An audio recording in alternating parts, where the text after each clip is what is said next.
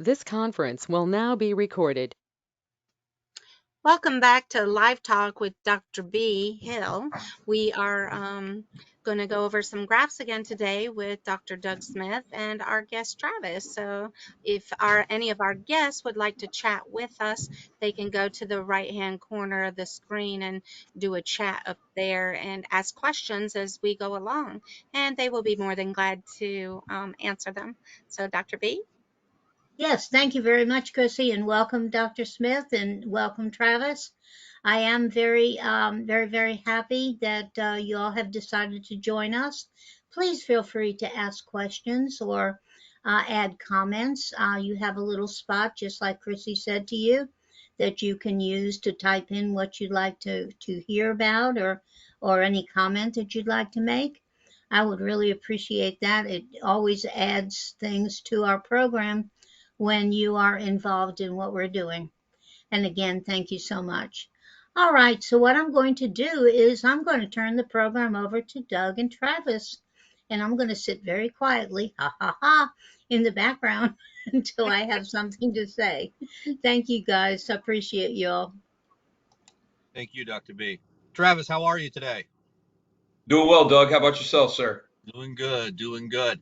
So after our meeting yesterday, I was thinking about it, and I think it's very important that we maintain the higher moral ground, that we constantly strive to do the right thing. And I was thinking about it, and we presented 4 names yesterday. Each one of these names was associated with a government agency. The government agencies were the FDA, the CDC, NIDA, and SAMHSA. Um, and the names were Volkow, Kent, Roca, and a fourth whose name is actually hard to pronounce. And I got to thinking about it, and Travis, we've got really good direct, strong evidence of what 3 of those 4 people did, but we really don't know exactly the role that the director at SAMHSA played. So I think, in fairness, we can request that Congress bring in SAMHSA for a hearing, and we can request that Congress bring in SAMHSA to be accountable for what they did. But I don't feel comfortable naming the name of the director when we don't know what role, if any, she directly played. And quite frankly, I'm not even sure how long she's been at the agency. So, Travis, I thought it was okay. We would just kind of pick up at the beginning of where we started out this week and just kind of conclude by running through the whole week again to where we concluded yesterday. How does that sound? Sounds good, Doug. Okay. All right. So, Travis, as you remember, we started out the week um, discussing Dr. Nora Volkow, Volkow. Dr. Volkow is the current director of an institution called NIDA, NIDA, National Institute of Drug Abuse. And there's her picture. Um, I think B and Chrissy do that just to irritate me. Um, yeah, I'll admit it. Even the sight of this woman irritates me because of the arrogance and the deception and the lies. And yes, I feel that this woman right there, Dr. Nora Volkow, lied directly to me uh, as a physician, lied to all of us physicians. I feel this woman is a one of the individuals most responsible for the opioid crisis. So, Travis, stop and think about that. Okay, your DNA has been permanently changed. Millions of people, their DNA has been permanently changed, and we're talking about the person who is directly responsible for that. One of the 3 that's directly responsible for that. Travis, how do you feel when you look at these people, and what would you say to Dr. Volkow if you had the opportunity to speak to her? I would tell her I think she's dangerous.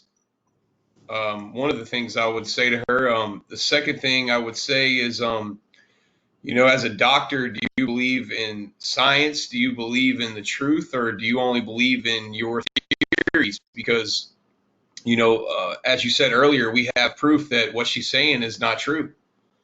Let's walk the So, re- let's walk the listener through that. Chrissy, if you can, let's start out with Dr. Volkow's 2016 article that appeared in the New England Journal of Medicine, January, if I'm not mistaken. And Travis, when you can, just read for us what Dr. Volkow actually says there in the quote that we pulled. Okay, I'm not seeing anything yet. Nope, hold on. Oh, I'm getting it. no,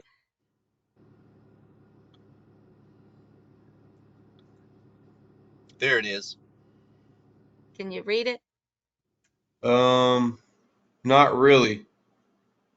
Let me see if I can read it.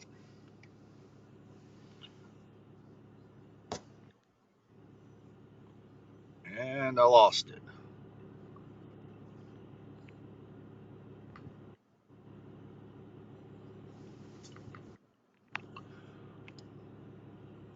All known addictive drugs.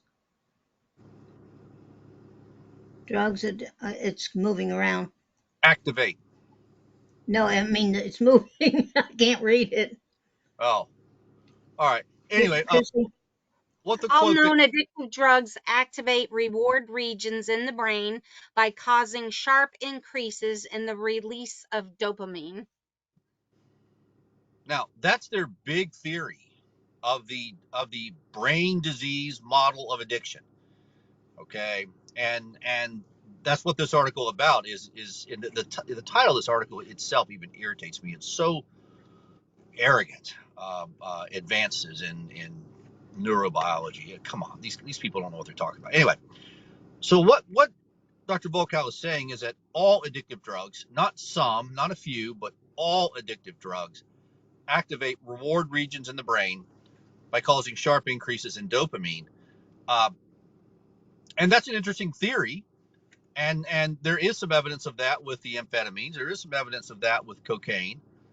Um,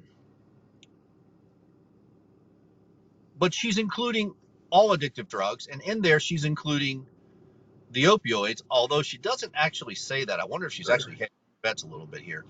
Uh, so, Travis, what this model means is that when you take an addictive drug, cocaine, amphetamines, presumably opioids, um, that these compounds go to the brain and cause a release of a compound, of a neurotransmitter called dopamine. And this happens specifically in the reward regions of the brain. So you see what they're setting up here is that something happens in the reward region of the brain that's so wonderful that it just takes over the entire mechanics of the brain. You see what they're saying there, Travis? Yes, I understand. That it's so wonderful, so pleasurable that you end up chasing this dopamine high forever, for the remainder of your life. Now, Travis, knowing what you went through with the opioids, does that model make sense to you? Were the opioids so incredibly pleasurable that forever and ever and ever nonstop, all you were doing was trying to get high on the opioids? No, it doesn't make one bit of sense to me, Doug, because the only thing I was doing was trying not to get sick. So I don't understand that concept when it comes to opioids. That might be true with other drugs. I don't know. But as What? far as opioids, I have to disagree 100% with that because I told y'all before I woke up every day with the sole intention of not being sick. It had nothing to do with, hey, I'm going to wake up and get high today. Or, I mean, that never even crossed my mind. It was all about not being sick. I was scared of being sick. But that's not part of their model. Their model doesn't I have anything to understand do that, with but their avoiding the model is opioids. wrong. I believe it is Their too. their model is wrong. All right, so you see what she says here. All addictive drugs, including the opioids. So, Travis, what we talked I about don't earlier. think I have that one on my screen. I have something else on my screen. It's neurobiology. Yeah, neurobiologic That's advancements or something on my screen. Look at the bottom, Travis. At the very, very bottom. Under the big Oh, T? oh, in the black. Yeah. let's move forward. Let's move forward to the next slide. Okay. The next slide we're going to go through quickly is a study by Daglish and a study by Watson. Both of these researchers are modern researchers. This research was done in England. Uh, both these researchers did the exact same thing. They went to the local methadone clinic, got volunteers, brought them into the research lab, gave them opioids, and using the PET scan, positron emission tomography, don't get lost in the science, using the PET scan, they looked for a surge in dopamine, any surge in dopamine, any increase in dopamine. Remember, Dr. Volkow said all addictive drugs work by causing a surge in dopamine. So these researchers brought in volunteers to look for any surge in dopamine when they gave them the opioids. And Travis, we went over this earlier this week. Can you just review for the viewer here what the results were of both of these scientific studies? For what are we talking about? For the study by Daglish and the study by Watson, both of them brought in volunteers from the local methadone clinic, gave them opioids. Both of them Oh, looked for a surge in dopamine, and for, yeah, they did. They didn't find one. They did right, not find one. neither one found any surge in dopamine. Okay? These were done in 2009 and 2014. Dr. Volkow published her article in 2016. How can Dr. Volkow, in any degree of honesty, make the statement that she makes, knowing we're in the middle of an opioid crisis, knowing that everybody's focus is the opioids? How can she make that statement saying that all addictive drugs cause a surge in dopamine, and not even mention the Daglish and the Watson studies? That to me does not sound honest. Travis, what are your thoughts on that? Like I said before, Doug, I think she's dangerous. To me, I mean, I don't know if that's the right word for me to use, but I mean, to me, someone who is in control of something as important as she is, and she's putting out false information when she knows there's 2 studies to prove that what she's saying is not true, to me, that makes her dangerous. I'm sorry, makes her very dangerous, and I think she should resign. I mean, that's just my personal opinion. Travis, I got a text message earlier today that there is a newspaper reporter that is being reached out to, and possibly maybe sitting down with you for an interview. Travis, in that interview, how would you describe what Dr. Volkow did to the reporter? How would you encapsulate? How would you bring that into a something that the reporter could understand? Well, of course, I would probably study something before, like not study, but I would probably write something down and then memorize it or something. I don't know before I went, but if I had to do it on, don't forget it's on the back of your one pager. you took that. You talking about the things that you printed out for me? Yeah, but you've got it electronically. Oh. And I can send it to you. Yeah, I don't think I have it, Doug. Okay, I can send it to you. Not a problem.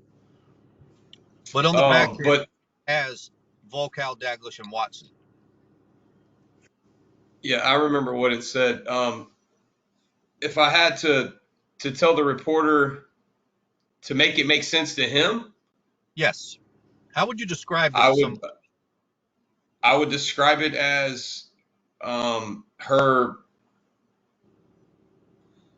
not telling the truth, that there's scientific proof that what she's saying is not valid, and that she has been lying to the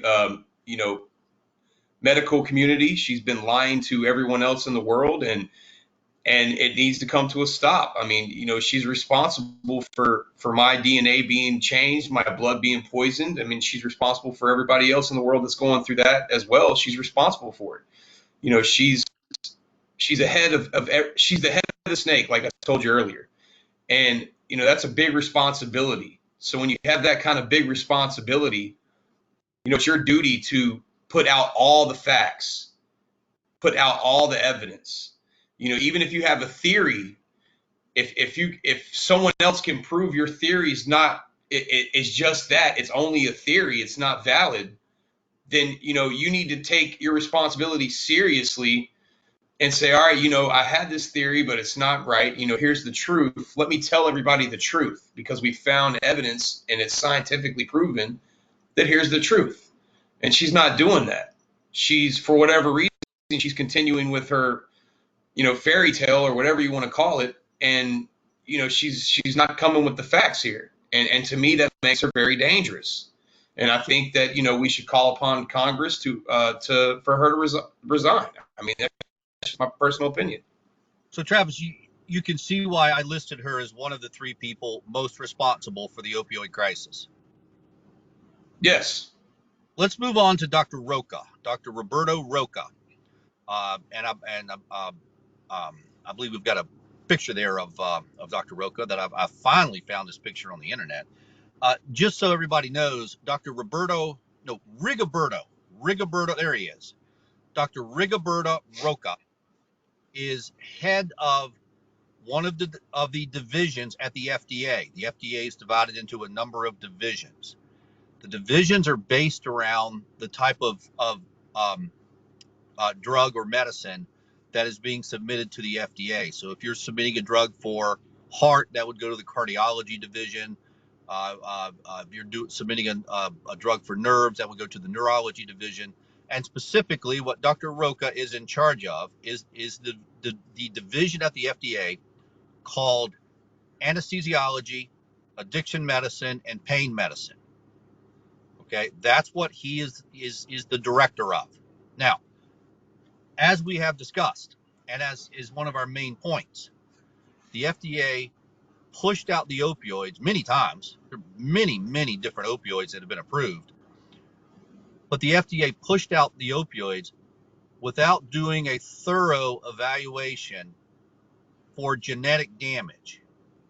Okay, the FDA does some analysis, but not a full analysis. The FDA checks for mutations, but not for methylation. Not methylation. Yeah. And it is methylation. And Travis, you volunteered and submitted a sample of your DNA, correct? Yes, correct. And Travis, I don't remember at the time if we were collecting saliva or doing scrapings off the inside of the cheek. Do you remember which it was? I was so out of it that day. I'm be honest with you, Doug. Okay. I know they took my blood and they did something else, and that's all I remember. I mean, okay. I'm be honest with you. It doesn't matter. Both routes give you cells, and the cells are where the DNA is located. So what we're saying to the FDA is that, hey, FDA, okay, why don't you get with the science and do a thorough evaluation before you release a drug? And if the FDA had done a thorough evaluation of the opioids, the FDA would have checked for both mutations that would have been caused by the opioids, which there are none, and methylation done by the opioids, which there is plenty. And Travis, you gave a sample of your DNA, and we ran it for methylation, and it was easy to find. It's not like it was hidden. It was hidden in plain sight. All we had to do was run the analysis. So, Travis, knowing that if the FDA had just done the right thing and had done a thorough evaluation before releasing the opioids, none of this would have happened.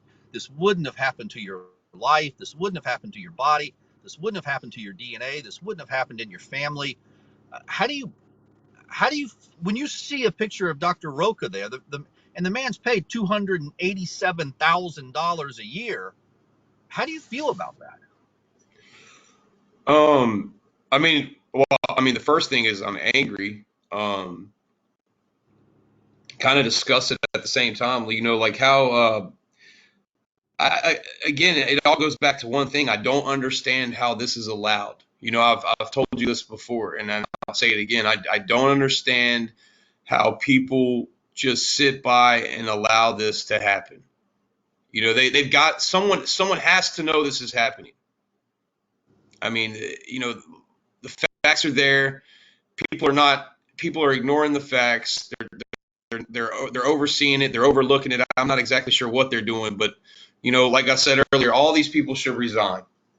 They should be forced to resign. They shouldn't be allowed to continue in their position of power, because quite frankly, I don't think that they're taking it seriously.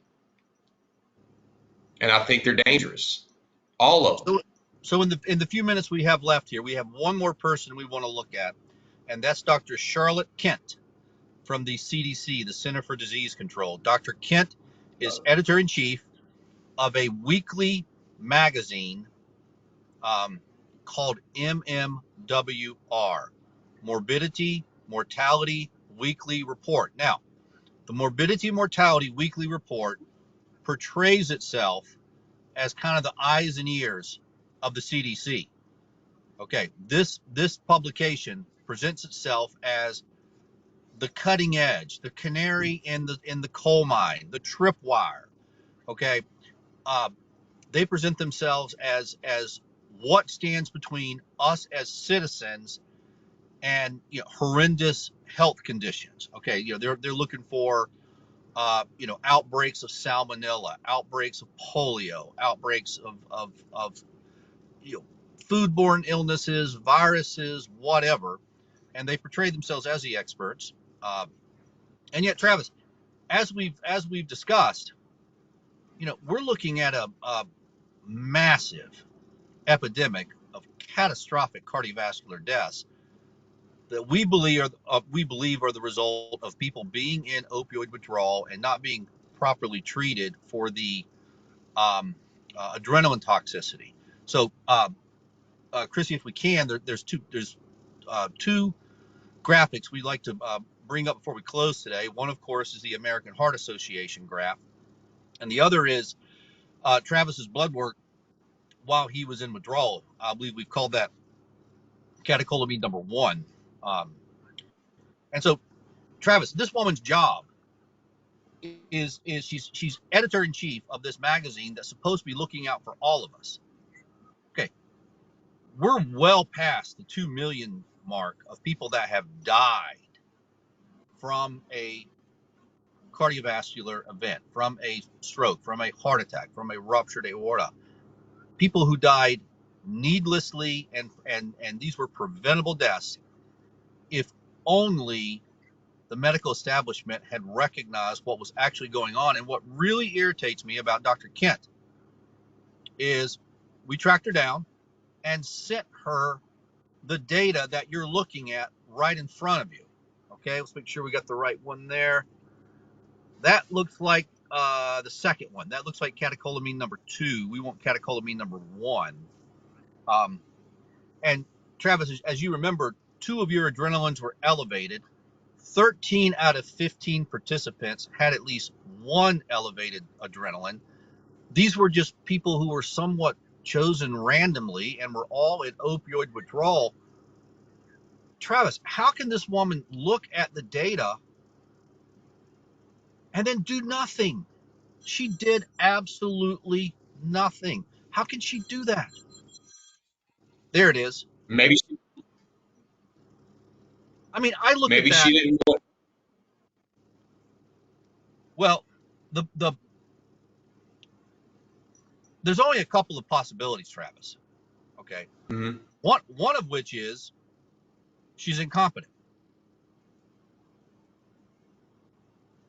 And that, I think, is actually the most likely situation here. I'm not throwing rocks, I'm not throwing stones, although I am. But it's Dr. Charlotte Kent, but she's not a medical doctor. She's a PhD. She didn't go to medical school. So, frankly, she probably doesn't know and doesn't have the ability to know what those numbers mean.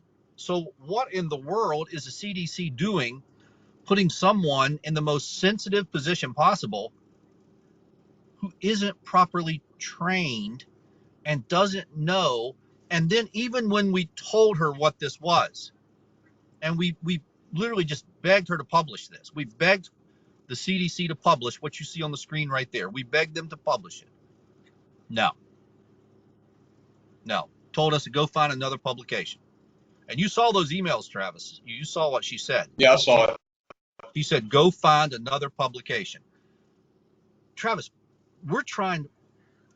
we believe about 1,000 people a day are dying. And when we find the American Heart Association graph, we'll put that up in our last few minutes here. And we're trying to stop 1,000 deaths a day from an unnecessary and preventable heart attack. The least she could do was give us the time of day. But she just blew us off completely and said, go find another publication. So anyway, Travis, those are, and Travis, and the possibilities coming up that, these reporters are going to be asking you these questions. And I know for myself personally, Travis, I rely heavily on the graphics. They kind of serve as my accessory memory. And so, Travis, if you want us to print off these graphics and let you have them with you as you talk to the reporters, that's an easy thing to do. Travis, Yeah, whatever. that would help me out. Yeah, and I actually, can you go ahead and send them to me? Send them to me in an email, so I can have them here as well. Yes. Okay. Now there's a bunch of, and I can send them to you, and then Travis, we can. In fact,